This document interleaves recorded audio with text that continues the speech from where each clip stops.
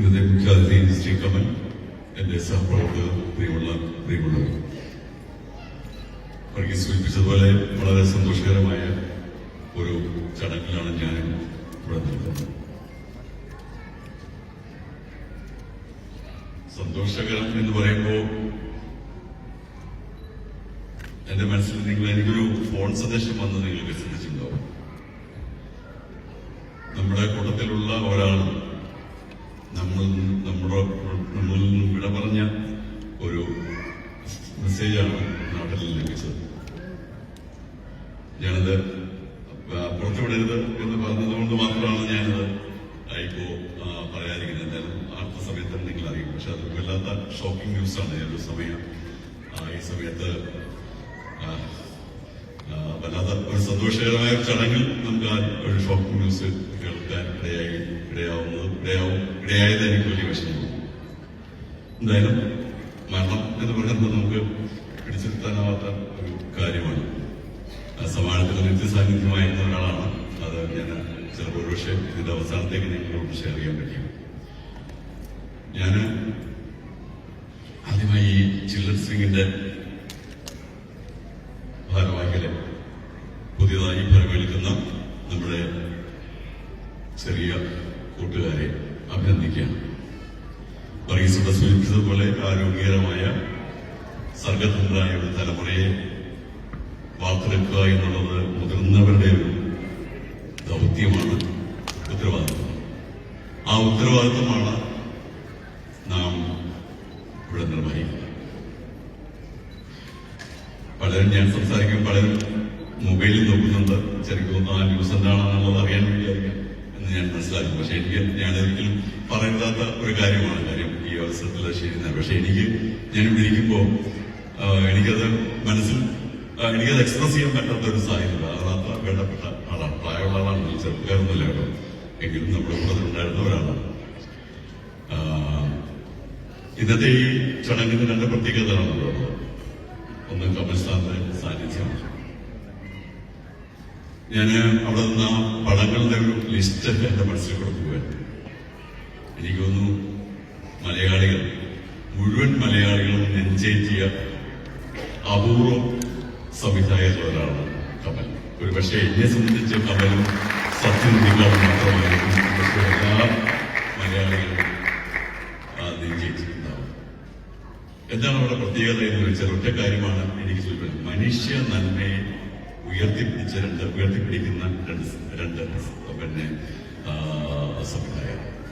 മനുഷ്യന്റെ സ്നേഹം, അതിൽ നമ്മുടെ സമൂഹത്തിലെ കണ്ടുവരുന്ന കാര്യങ്ങൾ അത് വിമർശന ബുദ്ധിയോടെ കുറച്ച് ഹാസ്യാത്മകമായി സഹോദര പൊരുത്തത്തുകളെ ചൂണ്ടിക്കാണിക്കുന്നതോടൊപ്പം നമുക്ക് സാധാരണക്കാരൻ മനസ്സിലാവുന്ന, അല്ലെങ്കിൽ സാധാരണക്കാരൻ എൻജോയ് ചെയ്യുന്ന, ചിരിക്കുന്ന, ആസ്വദിക്കുന്ന പടങ്ങൾ തിരഞ്ഞെടുക്കുകയാണ് കമലും സത്യനിധികളും. ഞാൻ ചോദിക്കായിരുന്നു കമൽ സാറിനോട് പാടുന്നു ചോദിക്കാതെ. കാരണം ഈ ഇത്രയും ബിജു പറയണ്ട, ഇത്രയും സംഗീതത്തെ ഇത്രയും നന്നായി ഉപയോഗിച്ചിട്ടുള്ള മറ്റു സംവിധായകരുണ്ട്. അപ്പൊ അദ്ദേഹം പറയാണ് സംഗീതം നല്ലാണ്ട് ആസ്വദിക്കാൻ പാടാറില്ല എന്ന് പറയുന്നത്. പക്ഷെ അത് വിശ്വസിക്കാൻ പാടാണ്. അതുപോലെ ഞാൻ ചോദിക്കാം, ചില സന്ദർഭങ്ങൾ ശുക്രിയ, നിങ്ങൾ പടം കണ്ടാണ് ആ കോവൈ സർല എന്ന് പറയുന്ന നടിയെ മലയാളികൾക്കാർക്കും പരിചിതമല്ല. അപ്പൊ ഒരുപാട് തമിഴ് സിനിമകൾ അഭിനയിച്ചിട്ടുള്ളതാണ്. പക്ഷെ അവർ മലയാളിയാണ്. ആക്ച്വലി അവർ മലയാളിയാണ് തമിഴ് സിനിമ. ആ ഒരു സീൻ എനിക്ക് എപ്പോഴും മറക്കാൻ, നമുക്ക് ഒരിക്കലും മറക്കാൻ പറ്റില്ല. അതുപോലെയാണ് അഴകിയതാണല്ലേ ഷൂട്ട് ഇന്നസെന്റ് എന്ന് പറഞ്ഞ വലിയ നടനെ ഇത്ര എഫക്റ്റീവായിട്ട് ചെറിയ ഷോട്ടുകളിൽ നമുക്ക് മുന്നിൽ അവതരിപ്പിച്ചാണ്. അപ്പൊ ഒരുപാട് കാര്യങ്ങൾ പറയാനുണ്ട്. അതിലൊക്കെ ഒരു JC ഡാനിയൽ എന്ന് പറയുന്ന നമ്മളൊരു അവാർഡുണ്ടെന്ന് ഒരാളെ അപരാധപ്പെടുത്താൻ പറ്റില്ല. JC ഡാനിയലിന്റെ പേരിൽ നമുക്കൊരു അവാർഡുണ്ട്. പക്ഷെ JC ഡാനിയലിന്റെ ജീവിതത്തെ മലയാളികൾ കാണിച്ചു തന്ന കമൽ സാറ്. ഇപ്പൊ അതൊരു ചർച്ചാ വിഷയമായിട്ടുണ്ട്. ഒരുപാട് സാറിന്റെ ഒരു വിവാദപരമായ പ്രസ്താവനയുടെ അടിസ്ഥാനത്തിൽ അതൊരു ചർച്ചാ വിഷയമൊക്കെ ആയിട്ടുണ്ട്. അപ്പൊ മലയാളികളൊപ്പം എന്നും ഒപ്പം നിൽക്കുന്ന സംവിധായകനാണ് കമൽ സാർ. അപ്പൊ അദ്ദേഹം വരാൻ സന്മനസ് കാണിച്ചതിന് ഞാൻ അദ്ദേഹത്തിന് നന്ദി പറയുന്നത്. കാരണം അദ്ദേഹം നാളെ മറ്റന്നാൾ മറ്റൊരു ചടങ്ങിൽ പങ്കെടുക്കും. മറ്റന്നാൾ 9 മണിക്കുള്ള ഒരു ചടങ്ങിൽ പങ്കെടുക്കുന്നതാണ്. അപ്പൊ ആ ചടങ്ങിൽ ഞാനും പങ്കെടുക്കാൻ നാളെ രാവിലെ പോകും. പക്ഷെ അദ്ദേഹം നാളെ രാത്രിയിലാണ്. അപ്പൊ വളരെ തീർച്ചയായിട്ടും അത് നേരത്തെ കമ്മിറ്റ് ചെയ്ത ഒരു എൻഗേജ്മെന്റ്. പക്ഷെ അദ്ദേഹം അതിനിടയിലും സമാനത്തിൽ വരാൻ കാണിച്ച സൗമനസിന് നന്ദി പറയുകയാണ്. ഞാൻ അധികം നീട്ടുന്നില്ല. നമ്മുടെ കുട്ടികളുടെ പ്രോഗ്രാം ഇവിടെ നടക്കുന്നുണ്ട്. ലിറ്റിൽ ഫുൾ ഗായ് എന്ന് പറയുന്ന ആ ഒരു സ്കിറ്റ് നിങ്ങളെല്ലാവരും കണ്ടറിയേണ്ടത്. കാരണം നമ്മുടെ കുട്ടികളുടെ ഇടയിൽ വളർന്നു വരുന്ന ലഹരിയെക്കുറിച്ച്, ലഹരിയുടെ ഉപയോഗത്തെക്കുറിച്ചുള്ള, അല്ലെങ്കിൽ അവർ തെറ്റായ മാർഗങ്ങളിലേക്ക് വീണു പോകുന്നതിനെ കുറിച്ച് നമ്മൾ പരാതി പറയാം. അതിൽ പ്രധാന കാരണം എന്ന് പറഞ്ഞാൽ അവരെ ക്രിയേറ്റിവിറ്റിയുടെ ലോകത്തേക്ക് നയിക്കുവാൻ പറ്റുന്ന, അല്ലെങ്കിൽ അവർക്ക് ഇഷ്ടമുള്ള തലങ്ങളിലേക്ക് നയിക്കാൻ പറ്റുന്ന ഓപ്പർച്യൂണിറ്റീസ് നമുക്ക് നൽകാൻ കഴിയുന്നില്ല എന്നതാണ്.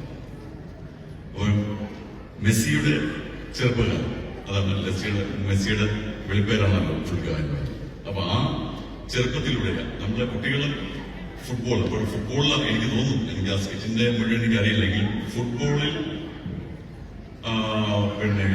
ലയിച്ച, അല്ലെങ്കിൽ ഫുട്ബോളിനെ ഇഷ്ടപ്പെടുന്നത് കൊണ്ട്, അല്ലെങ്കിൽ അങ്ങനെയുള്ള കളികളെ ഇഷ്ടപ്പെടുമ്പോൾ നമ്മൾ മറ്റു കാര്യങ്ങളിലേക്ക് തിരിയില്ല എന്നുള്ള ഒരു വലിയ സന്ദേശമാണ് എനിക്ക് തോന്നുന്നു ഈ സ്കിറ്റിൽ കൂടി നൽകാൻ സംവിധായകരും സ്ക്രിപ്റ്റ് റൈറ്ററും ശ്രമിക്കുന്നത്. ഏറ്റവും മികച്ച, അതായത് നമ്മുടെ ഭാരത മലയാളികൾക്ക് അഭിമാനകരമായ പല കാര്യങ്ങളും ചെയ്തിട്ടുള്ള വിശേഷ സാഹിത്യ ലോകത്തും കാലാരംഗത്തും സംഭാവന നൽകിയ രണ്ടുപേരാണ് അതിന് പിന്നിലുള്ളത്, ശ്രീ ഫിറോസ് തിരുവത്രയും ശ്രീ ഹരീഷ് മേനോൻ. അതുകൊണ്ട് തന്നെ അത് മികച്ച സ്കിറ്റായി മാറും എന്നതിൽ സംശയമില്ല. അവരെയും അഭിനന്ദിച്ചുകൊണ്ട് ഇന്ന് വരവേൽക്കുന്ന കുട്ടികളെ അഭിനന്ദിച്ചുകൊണ്ട് അവർക്ക് എല്ലാവിധ സഹായ സഹകരണങ്ങളും പ്രോമിസ് ചെയ്തുകൊണ്ട് ഞാൻ എന്റെ വാക്കുകൾ ശ്രദ്ധിക്കുന്നു. നന്ദി.